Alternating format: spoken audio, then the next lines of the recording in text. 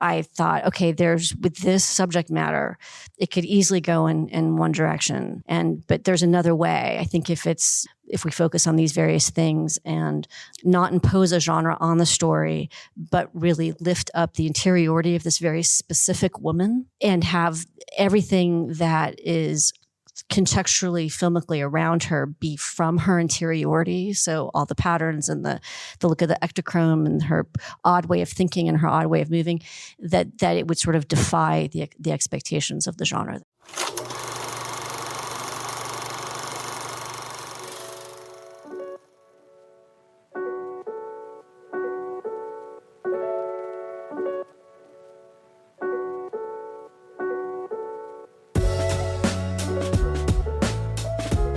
Hello, and welcome back to The Director's Cut, brought to you by the Directors Guild of America.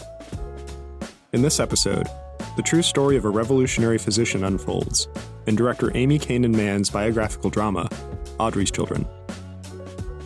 The film tells the story of Dr. Audrey Evans, who in 1969 was the first woman to assume the Chief of Oncology title at the world-renowned Children's Hospital of Philadelphia. Battling sexism, the doubts of her peers, and medical conventions of the time, she develops revolutionary treatments and co-founds the first Ronald McDonald House, impacting millions of lives worldwide. In addition to Audrey's Children, Mann's other directorial credits include the feature films Jackie and Ryan and Morning, and episodes of the series In From the Cold, A Million Little Things, House of Cards, Sneaky Pete, The Blacklist, and Friday Night Lights. Following a screening of the film at the DGA Theater in Los Angeles, Mann spoke with director Brad Silberling about filming Audrey's Children. Listen on for their spoiler-filled conversation.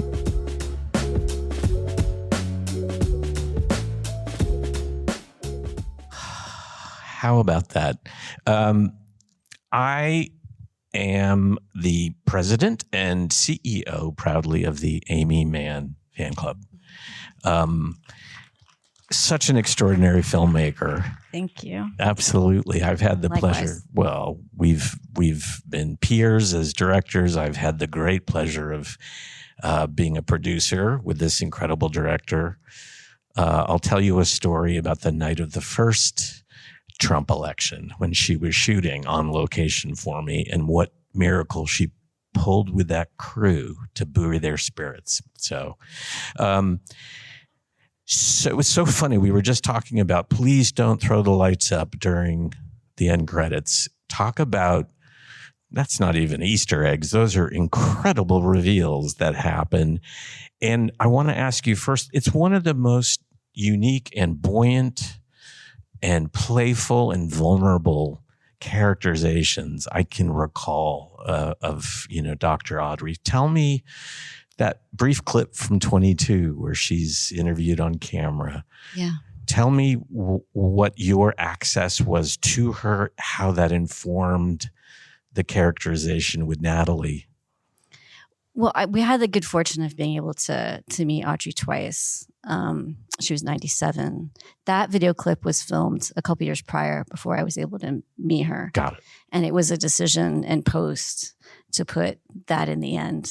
I just really wanted to give the audience an access to her the way that I did, even just for a second. I mean, she was sharp as a tack. And she passed away 2 weeks before we wrapped. But without having first been able to meet me, she met all the cast. She had been, the script had been read to her. So it was kind of a beautiful moment. It was bittersweet. We kind of felt a little bit like we had her blessing.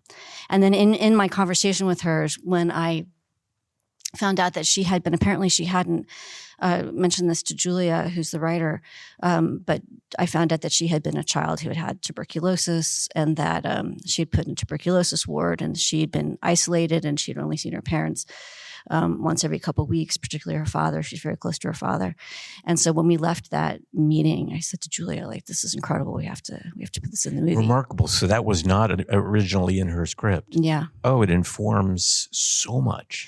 I felt like it did. Yeah. I felt like, we all have a thing that is a sort of engine that spurs us to tell the stories that we feel compelled to tell, in whatever capacity we're able to tell them. And I think that when I just remember being in her apartment and her telling me the story, and I thought, that's the thing. That's your thing. You know what it is to be a child who's ill. You have a deep, profound empathy for that position, and you have a deep and profound empathy for knowing what it is to be a child who's ill and feels alone. And that must have codified itself somehow. And I could see how that would spur on the kind of work that she ended up doing. Oh yeah, right down to the rosebud of the little, is it a lamb? Yeah. Beautiful little initial touch that she has with that. Oh, that's amazing. Yeah. Well, once again, you would never know. It feels so perfectly embedded in the film. Oh, good. Again, I just want to work backwards from these performances. They're really wonderful. Yeah. Tell me, and it's also, that's like the slyest relationship romance I've ever seen, down to the reveal there that they married and at ages 79 and whatever his age was, remarkable. But it's so finely handled. Tell me about your casting process and what rehearsal you got to play with Natalie and with Jimmy. Yeah, it was, one of the things that really drew me to the story is that I felt like it was many things. I mean, I sort of, on the one hand, I felt like it was basically a movie about watching a woman think, which I thought that's a story I would like to tell. And also, it was a love story that was premised on two people falling in love with how each other thinks. And that there needed to be an impeccable balance. You needed to have, I felt like in order for that to work, you needed to have somebody who was strident and fiery and determined and not flawless. I mean, she's a flawed character. She makes mistakes. She goes this way. She should really go that way. She makes it more difficult for herself. So you needed to have somebody who had that, but then also could hold a kind of terrific connectivity with the most vulnerable among her, the children. And then for her to have a compatriot who was soft, but had a steel spine. If he was too hard, you wouldn't respect her for being with him, even intellectually as a friend. And if she was too dominating, you wouldn't respect him. So there had to be a balance. When I was talking to Jimmy and Nat, I drew a picture of the medical symbol of the sword with the two snakes going around that. And I'm like, you guys are the two snakes. There's a balance there. Together you hold up something that you find common and dear between you. And that's your pursuit. You can't really do it without each other, but you're not totally intertwined. It's a careful balance between the two. Yeah. And yet, so again, gossamer fine. It's not overt, and there aren't the sort of cheesy expected moments. It really is each getting to truly see the other, and our understanding that it makes sense that they're falling in love with that. Tell me about your what kind of a rehearsal process you had, what you were afforded. It's often we end up, as we know, as directors, having to steal that because often there isn't budget time, with your cast. How did that work for you? Well, I mean, it starts everything with the incredible dedication of the actors, and everybody. I mean, it doesn't happen on every project. On this project, everybody seemed to understand the core sensibility of it. And that was, so you're already starting as a director incredibly, fortuitous and blessed to have that among your cast. It was a very, very soup to nuts, very low budget, $7.5 million, 6 weeks prep, not a lot of time with the cast and prep. But I tend to, on all projects, whether it's TV or film, I do a lot of Meisner prep for myself. I break down the scripts with Meisner, and that informs and creates the criteria by which you make all decisions, from wardrobe to lens sizes to what the composition is going to be to locations. It's kind of like the 2:00 on a Sunday afternoon work that no one sees you do, as a director. That's really like, the And so for the audience, to give us a little glimpse into what that means in terms of what the Meisner approach would be to all of those? Yeah. So there was a guy named, sometimes books find you. And a book found me years ago by Harold Clurman, who was a theater director in the 1940s, worked with Clifford Odets. And he used Meisner. Meisner was a contemporary of Stanislavski. And it was sort of a counter to Stanislavski, very much creating the character from the exterior in. And he uses a sequence of, this is a sort of more pedantic interpretation of action verbs, where he will say, this is the action verb it has to be one word for the entire story, and then break it down to sequence, to scenes, and then with complicated scenes, sometimes even each line of dialogue. So I break the script down that way for myself. And again, that becomes the criteria by which I make all the decisions. And then I tend to use that information to work with the actors, not necessarily using Meisner language, because not all actors have that training, but it sort of informs me give a playable adjustment as opposed to a mood. Exactly. Sometimes, I've worked with actors who are trained in Meisner, and they'll just be like, what's my action verb? I'm like, it's this. Great. And then they go do it. But it does gives me anyway, sort of like a lodestar to follow. So with that basis in prep, my rehearsals tend to be not rehearsing lines, but let's talk about character relationships. Let's talk about background. Let's talk about what, and basically developing as much of a deep background as possible, so that when we're on set, because being expeditious is key, because we shot in 23 days, I can always refer back to the conversations we had in rehearsal to give the adjustments. And I think also it advantages us because the actors can, when they need to, turn to me and know, because we've talked about it, that I will have sort of the critical distance to be able to say, yes, this emotional moment that we have in the scene, we have achieved it in terms of how it will apply to the larger narrative. Yeah. Right. It's a great phrase Susan Sarandon once said to me, which is, you have to keep the car on the road. I get to look out the side window. Right. That's great. That's a great metaphor. And that's exactly that. You know? Oh, that's fantastic. And now switching gears to the remarkable younger performers in the film. Tell me about that in terms of a casting process. And you might not have had as much time. Often casting can become your rehearsal time. Yeah. You see how you can work with them. You see what, again, actions, what sorts of playable adjustments. And you see how a young performer, if they're pliable. Yeah. But specifically for the sensitivity in this, tell me about that. Well, I love working with kids. I mean, they say don't work with kids and animals. I would work with kids and animals all day long. I think they're great. They're forthright. They're honest. They'll give everything. Particularly if you can create an environment which I think as a director, I see it as our job to, I know you do too, to create that environment for everybody, for the crew, for the cast, where everybody can feel safe to give their most vulnerable, their best work. Particularly the case when working with kids. For Julianne's role, I knew I wanted somebody that had some craft experience, because that is to ask a child to perform their own death is a very specific, difficult ask. So I knew I wanted somebody who had some training, so that I could feel confident that if we were able to get her to that place, she could get herself out. Mm-hmm. And she was able to do that, completely in control of her craft. She's amazing. And then for the other kids, almost all of it was improv. And really none of them had a lot of training. And that was also by design. There was a room in this abandoned hospital that we fashioned into this 1969 hospital. And the kids just kind of hung out there. It was a very kind of hangout kind of set, particularly when the kids were there. I would on the mornings when we had the kids, I would pull the crew aside and be like, look, this is a kid's day.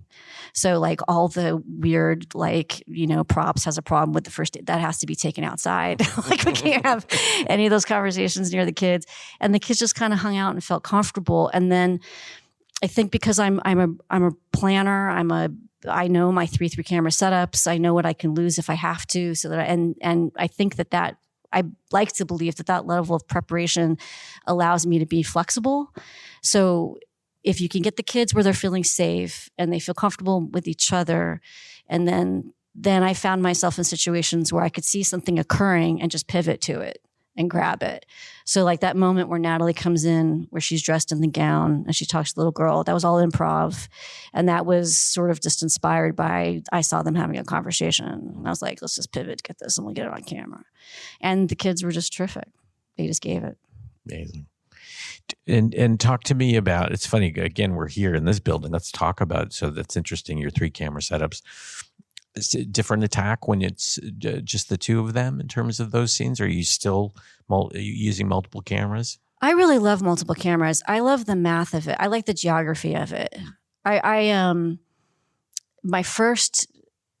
did Friday Night Lights. I did a Friday Night Lights episode, and I remember walking to set with the producer, and she was like, listen, it was very sort of like, listen, kid, it was my first, I think it was my second television show. And she was like, we use 3 cameras all the time. So some directors know how to do that and some directors don't. Like, so we're going to find out what you can do. And I just loved it.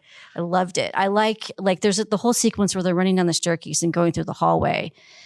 I like to set up cameras like in the hallway, in another room, downstairs, in another room, and then like really spread it out through so they can play the entire scene again and again. So it almost feels like, as much as possible, it's almost like we're shooting a 1-act play. Right. So I like to do that as much as possible and then just switch it up and get all my coverage. But it's where I don't have to, cut and reset. Right. Well, that's the funny thing, because people often think of 3 cameras as like a fight to the middle, compromises upon compromises. But when you're actually using them to create continuous emotional action or continuous physical action. Right. Yeah. And that sequence, I had a camera on the stairwell, a camera on one floor and a camera on another floor, and then just switch those positions. Yeah. It's fantastic. Taking a step back, the movie, it's funny, you mentioned the schedule, but you also mentioned the budget, and you look at the period, all of the attention to detail. Yeah. And I wouldn't, never have known what the budget was, and also never have known your limitations, because we've all seen where there's that one angle you can pull off where you can have the same period car just do a loop, but you handled it. So that must have been, especially with your AD team, that must have been quite a bit of super smart preparation. Oh, thank you. Yeah, no, I mean, that's a huge compliment. That was really a goal. I was like, we got $7.5 million. I don't want anyone to know that. But that's the fun of it. That's the challenge of it. That was the puzzle of it.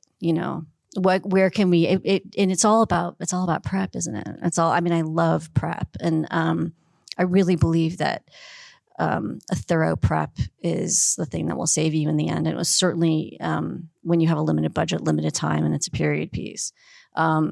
Like a lot of time location scouting. Look, I love location scouting. I sort of feel like you can kind of follow your gut and find the right things. And with this movie, it was imperative that the locations were almost 75% dressed already. So where they have the benefit, we didn't bring in anything but the tables. All of that is original to the building. Right. It just took a minute to find. But yeah, in the car, that was probably our biggest challenge, was the cars. It was hard. They're very expensive. We didn't have a lot of money, and we had to use them very carefully. Yeah. And were you all in the city, or were you having to kind of conjoin other towns as well? We were all in the city. The furthest out we were at was an area of Philadelphia called Chester, which is still technically in the city. That's where the abandoned hospital was. But the rest was, on the streets in town. Yeah. Fantastic. No stages. That takes me then to, again, I just love how it's rare to find directors who care as much about creating imagery that are, it's storytelling imagery. It's tactile, and there's such a tactile quality to what you do, but especially in this film. And that care is as great as the care in your performances. What were you hoping when you started those early reads? What were you seeing, and what were you hoping the film would feel like? Oh, it was, I really wanted to manifest her interiority visually. And for me, it really started with thinking about, I grew up in a not terrific situation with my mom in Indiana. And so I know that as a kid, children have incredible focus, and they can focus their way out of a terrible situation. And then that becomes a skill later in life, incredible focus. And I felt like that's where the idea of the raindrops on the window for the tuberculosis ward came from. And I thought, here's a woman who we know was able to see patterns in a scientific way. I don't have a scientific mind. I can't imagine doing that. But I did understand that ability to focus, and that if there was something in her childhood, again, that thing, that engine that spurred her forward, I wanted to kind of carry that as a visual motif for the film. Even if it wasn't something that we recognized consciously, maybe we would feel it. So there's the patterns on the windows become the patterns on the wallpaper, and then she pulls off the wallpaper. There's another pattern, which becomes the patterns on her dresses, which were authentic to how Audrey actually dressed, because she's, dressing for children. So she was kind of presenting in a certain way, and then became the patterns of the cards on the wall, which was something that Audrey and Dan did. That there was sort of a through line, kind of textural through line, where you maybe not even, you just, again, you maybe hopefully you felt the connection between the thing that she was doing as a child, watching the patterns on the window, becoming the thing that she's doing an adult working for children. Beautiful. And even, again, down to the plant life. Yeah. That again, super tactile, very innocent, caring for these small relationships that for her are a big thing. Yeah, exactly. I mean, that was another, I guess that was another pattern infrastructure to the film. In my mind, she had 3 distinct zones that she was operating in. She had the hospital where she was a warrior. She had the city of Philadelphia, where she's gathering the things that she needs to fight the war, the money from the pharmaceutical company, the support of donors. And then she had a kind of a sanctum sanctorum, which was her apartment. And so I wanted that curtain of leaves so that, she's a caretaker, she cares for living things. And that's kind of what protects her in this kind of healing space that she's made for herself, where she allows herself to heal. She allows herself to break down. She allows herself to feel the ramifications of the difficulty of the work that she's doing. And then she can gather herself and go fight another day. Yeah. Speaking of those layers, it's a deceptively tricky and challenging. I kept thinking when I was rewatching the film, it's like this double helix that's going on, because you have her primary drive in terms of this new staging system for the neuroblastoma, but then you have this quest to find supportive housing for these families. Each one of those could be a movie. Yeah. And so tell me, when you first read the script, where it was and how you handled that. I thought it was beautifully done. Both are successful. They just thread together really wonderfully, but that could be a challenge. Thank you. Yeah, it was in working with Julia to shift the housing, to have it be something that was visually apparent. That was another challenge of being an independent film, was fighting for those extras. I had to fight for cars and extras. To tell that story visually, that here are families that they're sleeping on the floor. And there was a lot of reference to actual chop photography from the 1960s and 70s. So just replicating that, going to the line producer and being like, look, there are families on the floor. You got to have 15 more extras. I got to have it.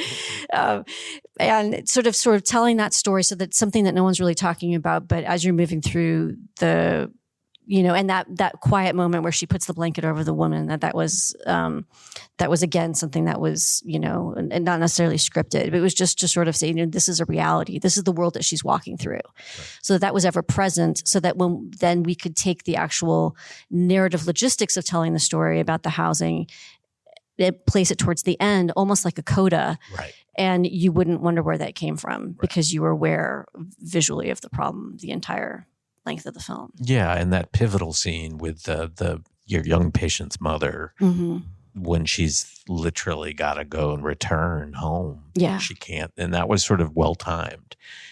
So that again, with all the rest of what you're visually seeing, that's a key moment that is ticking in her head. Right. So again, how much of a development process did you have with Julia, with the writer? Well, so I was brought on as a director for hire, and then I just worked with her on the script for about a month, I would say.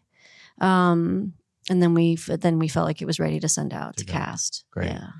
I think it's a rare chance because, again, we're here in this building for any other directors or those thinking about it to appreciate what the journey is. And I'll ask you what some of the steps are when it's not something that you've written or control, when you are, as you say, a director for hire.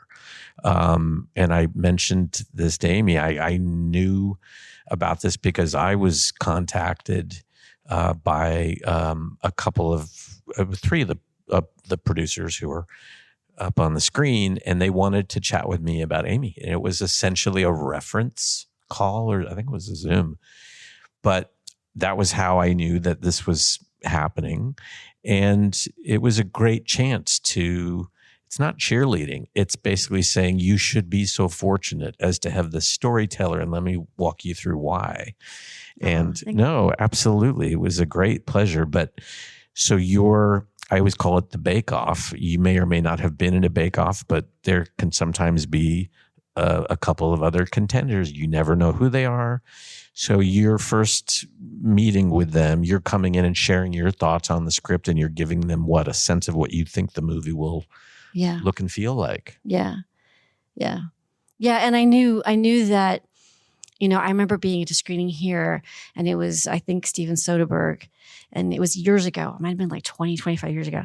And he said something, I'm paraphrasing him poorly, but he said something to the extent of, when you're directing, there's a bad version of the movie sort of running alongside you in the whole time. And your job is to yank the film from that bad version, like every step of the way. And it really stuck with me. So when I chatted with them, I thought, okay, with this subject matter, it could easily go in one direction, but there's another way. I think if it's, if we focus on these various things and not impose a genre on the story, but really lift up the interiority of this very specific woman, and have everything that is contextually, filmically around her be from her interiority. So all the patterns and the look of the ectochrome and her odd way of thinking and her odd way of moving, that it would sort of defy the expectations of the genre that it could, hopefully it will defy the expectations of the genre that it could theoretically fall into. Yeah. And that's so smart because you're also pointing out to them, because again, what's so funny is people can control a script, a story. They don't necessarily know how they're going to avoid the bad version. They're scared too that there is probably a bad version, and you get to acknowledge that to them, not to manipulate it, but you do get to acknowledge, here's where it could go, and I'm the wrong person for that. Right. Here's where I think I'll go. And if you're game for that, I'm your person. Yeah, exactly. Yeah. This is the sales dance that we have to do. Just want to make sure everybody's making the same movie. Yeah. Exactly. Yeah. Well, and your choices down the way as we were in the wings, I was listening to the end credit music. Again, contrapuntal, so smart and emotional, but buoyant. And again, talk about a score that could have gone the wrong way, could have led the film down the wrong path. Tell me about those conversations with your composer. Yeah, I mean, I'm a musician. I play the viola, so I think about everything, which kind of goes back to Meisner, actually. So he talks about sequences. I do think about things, particularly editing and blocking, both camera and cast, in terms of sequences as well, but sort of in a musical sense. And so I was thinking about the music a lot during prep, and I knew that I needed to have sort of this impossible task, which Genevieve Vincent brilliantly pulled off, which was that I knew I wanted it to be jazz, because I knew that it needed to be thinking music, because again, this is a story about a woman thinking. But it needed to be a little bit jazz that was disenfranchised from any, you couldn't identify it with any particular era. It needed to be disenfranchised just a little bit. Also tonally, so that I could, when I needed to, pull out of the jazz and go into a tonal moment, a sustaining note, a tonal moment, without it feeling like we were two different languages. Exactly. Yeah, exactly. So that it was that was a disassembled jazz that could become organically tonal and then segue back into jazz again when I needed it to be, staccato and, andante again. And so it's sort of an impossible ask. And I think she pulled it off beautifully. She got musicians from the Baked Potato, the famous Baked Potato Jazz Club in LA. Mm-hmm. And again, she did it in we had 3 days to do it or something. Amazing. So, amazing. Yeah. Last thing I'll ask you, and then we'll go. Now we're down to the real tech geek questions too, because I'm a lover of film stocks and a lover of glass in terms of that. Tell me, so you mentioned Ektachrome. Tell me about your choices there and the lens package that you shot with, which was gorgeous. Yeah, thank you. Yeah, we tested a lot of lenses, and I landed on the Hawk, which is a beautiful vintage anamorphic, and specifically the 40 mil. I think because I come from a photography background, I was like that weird punk rock girl, listening to the Violent Femmes and smoking cigarettes in the darkroom in Indiana. So I love a camera, and I'm pretty camera heavy, so I compose, but I don't pretend to know how to set a light. So, and I was, fortunate to work with my DP, John, who's just he's sort of just painted with light beautifully. I could say to him, I needed to, here's the shot. Exactly. And then I need it to feel like this. And he was just, able to pull that off. But the lens choice, particularly the 40 mil, was, again, it reminded me of her. It's got this kind of bend at the edges. There's a softness at the edges, which makes the center field feel incredibly sharp. And that, to me, was a perfect visual metaphor for this woman. She's sort of soft at the edges, and she's got this incredible myopia. I used sometimes a wider lens, and sometimes I think the 65, but I was sort of saving it. It had the longer lens had a very particular intensity to it. So I saved it for a couple shots, but it was mostly this 40. And then making sure that the Ektachrome feel was consistent. So no primary colors, no blacks, whites, grays, and a very judicious use of red. I only use red in a couple scenes, particularly in the bank. So my theory was that if all of that could be consistent and texturally interesting, then you could seduce the audience maybe into the world. Again, the hope was you could seduce the audience into the world. And at the end of it, they would have found themselves hearing a story about kids with cancer they wouldn't necessarily have voluntarily wanted to think about on a Sunday afternoon or a Friday night. Right. That's the magician at work. Amy Mann, let's thank her. Oh, Bradley, thank you so much. Thank you guys for coming out. Appreciate it. Thanks for listening to another DGA Q&A. The Director's Cut is available wherever you listen to podcasts. And please share, subscribe, rate, and review.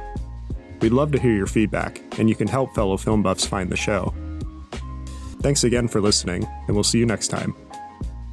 This podcast is produced by the Directors Guild of America.